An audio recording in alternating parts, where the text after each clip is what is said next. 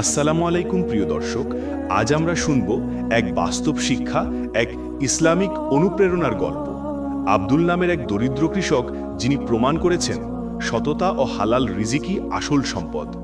আব্দুল গ্রামে একজন পরিশ্রমী কৃষক, প্রতিদিন ভোরে নামাজ পড়ে মাঠে যান। ছেঁড়া পাঞ্জাবি, ঘামে ভেজা শরীর, কিন্তু মুখে শান্তি।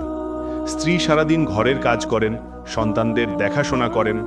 রাতের শেষে তারা আল্লাহর শুকরিয়া আদায় করে বলেন, আমরা গরিব, কিন্তু আমাদের রিজিক হালাল। আব্দুল বলেন, আল্লাহর সন্তুষ্টিই আমার সম্পদ।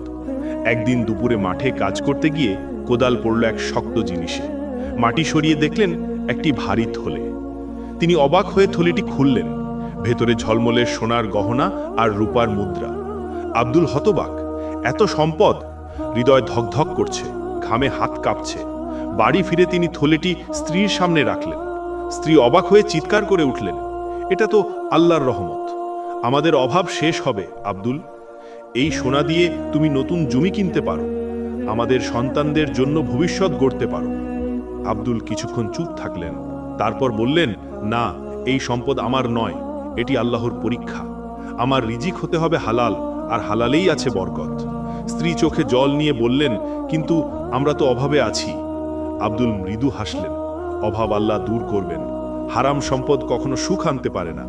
সেই দিনই আব্দুল গ্রামের মসজিদে ঘোষণা দিলেন, কেউ এই সোনার থলে হারিয়েছে, আসুন এবং সঠিক বিবরণ দিন। 3 দিন কেটে গেল। মানুষজন অবাক, কি এমন সৎ হতে পারে?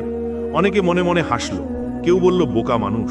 কিন্তু আব্দুল নিশ্চিন্ত, প্রতি রাতে নামাজ শেষে দোয়া করেন, হে আল্লাহ, আমাকে এই পরীক্ষায় সফল করো।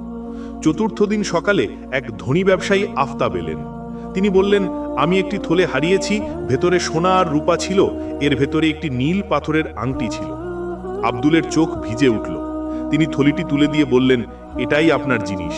আফতাব কাপা কণ্ঠে বললেন, তুমি দরিদ্র, তবু এত সৎ, কেন ফেরালে? আব্দুল শান্ত কণ্ঠে বললেন, আমার আল্লাহ আমাকে দেখছেন, আমি তার সন্তুষ্টি চাই, দুনিয়ার সম্পদ নয়। আফতাব আব্দুলের সততায় বিস্মিত এবং হতবাক হলেন। তিনি বললেন, তুমি আমার জমিতে চিরস্থায়ী কর্মী হবে, আর আমি তোমাকে উপহার দিচ্ছি এক বিশেষ খেজুরের বীজ। আব্দুল অবাক। আফতাব বললেন, এই বীজ শুধু বীজ নয়, এটি তোমার ধৈর্য ও সততার প্রতীক। বছর পেরিয়ে গেল। আব্দুল প্রতিদিন সেই বীজে পানি দিতেন, আগাছা তুলতেন, দোয়া করতেন। ঝড়, বৃষ্টি, খরা সবকিছুর মধ্যেও তিনি ধৈর্য ধরলেন। অবশেষে একদিন সেই বীজ থেকে জন্ম নিল এক বিশাল খেজুর গাছ। কয়েক বছর পর সেটিই পরিণত হলো এক সমৃদ্ধ খেজুরের বাগানে। আব্দুল ও তার পরিবার এখন সুখে শান্তিতে বসবাস করে আর প্রতিদিন আল্লাহর শুকরিয়া আদায় করেন।